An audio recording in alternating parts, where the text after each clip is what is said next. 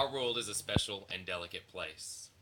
This is a place where everything is connected somehow, and every choice or decision we have made or will make as human beings can and have affected our planet, and have came with great consequences.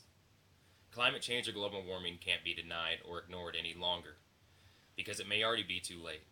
The emissions of carbon dioxide, along with the deforestation and the destruction of our waters, along with the melting of the ice caps, are all direct results of our, human beings, activities.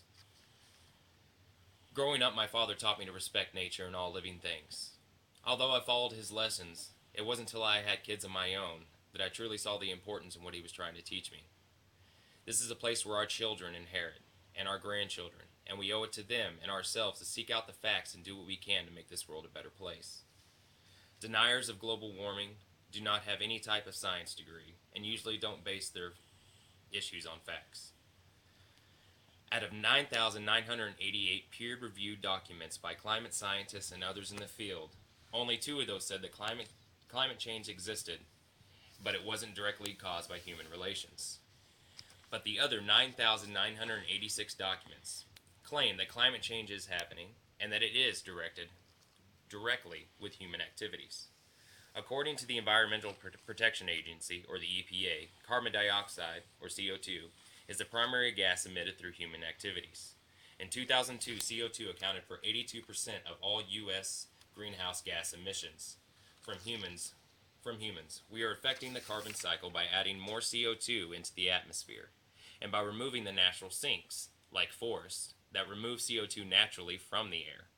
Burning fossil fuels are the number one activity that releases the CO2 into the air.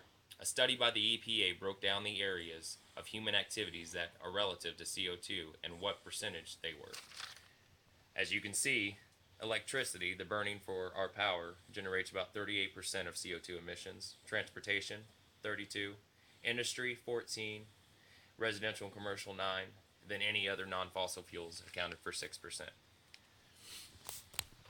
Also, according to NASA, ice cores taken from Greenland, Antarctica, and 9 tropical mountaintops glaciers shows the Earth's climate responds swiftly to the changes in greenhouse gases in the atmosphere.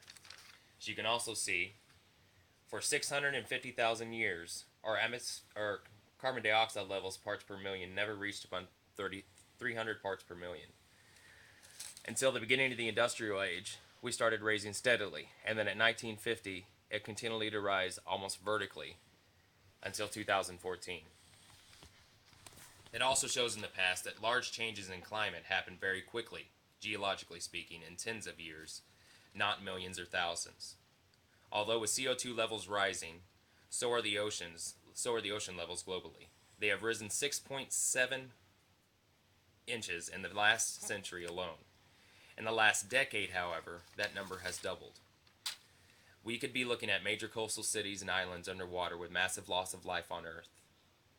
The Earth has been steadily warming as well since 1880, but most of it has occurred since 1970, with the 20 warmest years occurring since 1981, and the top hottest years occurring in the last 12. This is a pattern that does not seem to be slowing. The oceans are heating up and taking up much of that heat increase, with them increasing at about 0.302 degrees Fahrenheit since 1969. And that is the upper top 2,300 feet of the ocean that has risen in temperature. Along with the oceans warming and being polluting, the ice shelves of Greenland and Antarctica had decreased greatly in mass, showing at around a loss of 30 to 60 miles of cubic ice per year. That just happening between 2002 and 2006. Alone, that number has nearly doubled since.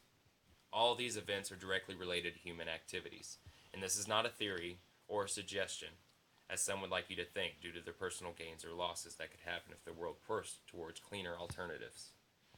But when you have organizations like NASA, the EPA, and the Pentagon claiming that climate change is an issue that we must act on immediately,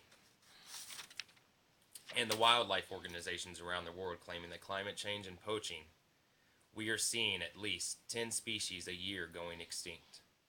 This is a time for change and a time to take a stand. With the ocean levels rising, crops dying in droughts, and the spread of disease, we are looking at massive loss of life and a heavy migration of people not seen in anyone's lifetime. This is a issue in a scenario that even if you are still a denier, I think I would rather be safe than sorry.